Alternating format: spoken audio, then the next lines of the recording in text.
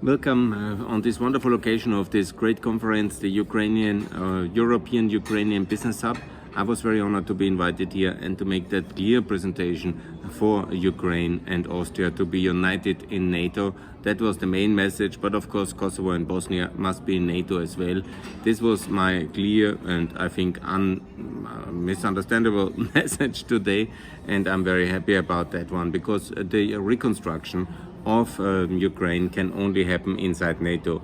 The illusion that we can find a different security kind of framework and then it will work, or it will work without NATO, is an absolute illusion. Security is the prime element of investment without external security, and that can only happen within NATO.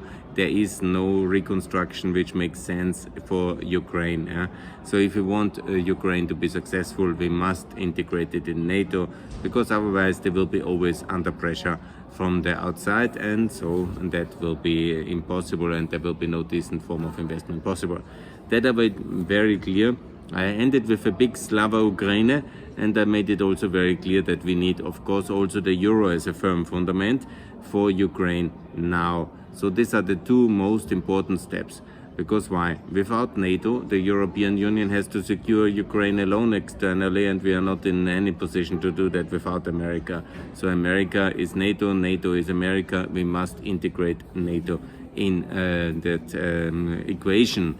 And the euro, obviously, like in Montenegro, is the firm fundament of the integration of Ukraine into a decent economic future. Because without it, it is a very big risk for the European billions which will flow into Ukraine. So it's absolutely necessary to have Ukraine in the euro, like we did it in Kosovo and Montenegro, and also NATO, and then to have fast-track accession process into the European Union by ensuring that Ukraine joins the Regional Cooperation Council, the EU Customs Union, the Central European Free Trade Agreement, and all the 15 other regional mechanisms which are so important. And why they are important? Because we also need them for Ukraine and also for the South Caucasus, but we need them also in the case that Russia will fall apart, because then we need also this regional mechanism to avoid a big Yugoslavian disaster. This can be done by exactly what we have done after 2008, the Regional Cooperation Council in Sarajevo, and that's a very good institution which can be expanded to all the countries of the ex-Soviet Union and the ex-Russia. That's so logical, and so we need that, not just now but also for the future. That's really very important, and all the efforts of the energy community, the transport community, the rule of law community, that's really very important. So we have that. Then, of course, Ukraine to recognize Kosovo, it's very important. To isolate Serbia, very important. And then, of course, to improve the economic framework of Ukraine. But that's, the process of membership.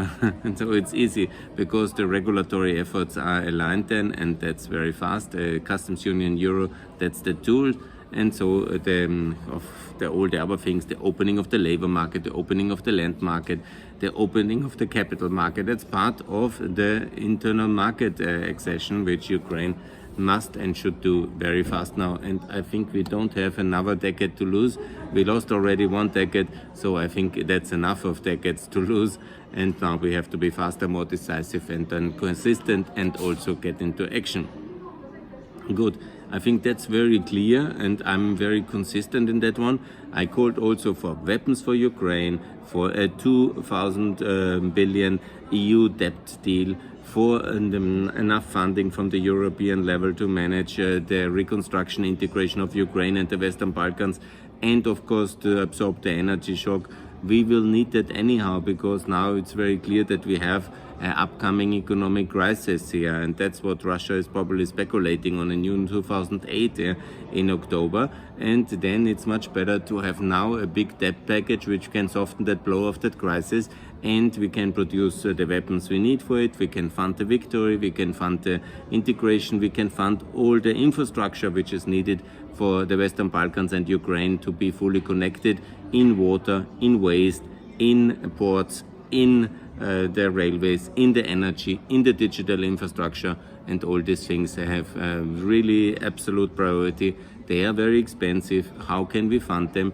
obviously by an EU debts, and we need them before the October, because when we are in a big crisis, it will be very hard to argue, and it will be, of course, a positive impact on the economy of all Europe if we fund the energy transition together, if we fund also the costs of the war, the rearmament of Europe, the building of the infrastructure, the integration of all 9 new countries into the European Union. That's very logically, and that's what we need to do. And so we need to be basically thinking Europe systematically and have a EU of 37 states, which Ukraine and the Western Balkans, Moldova and Georgia are part of it. Of course, we need for that, first of all, Serbo-Maidan, a revolution in Serbia, a revolution in Georgia, so the pro-Russian regimes must be blown away. That is also necessary in order to have any kind of fast-track effort and future happening. And then we need also to have this whole effort to be united.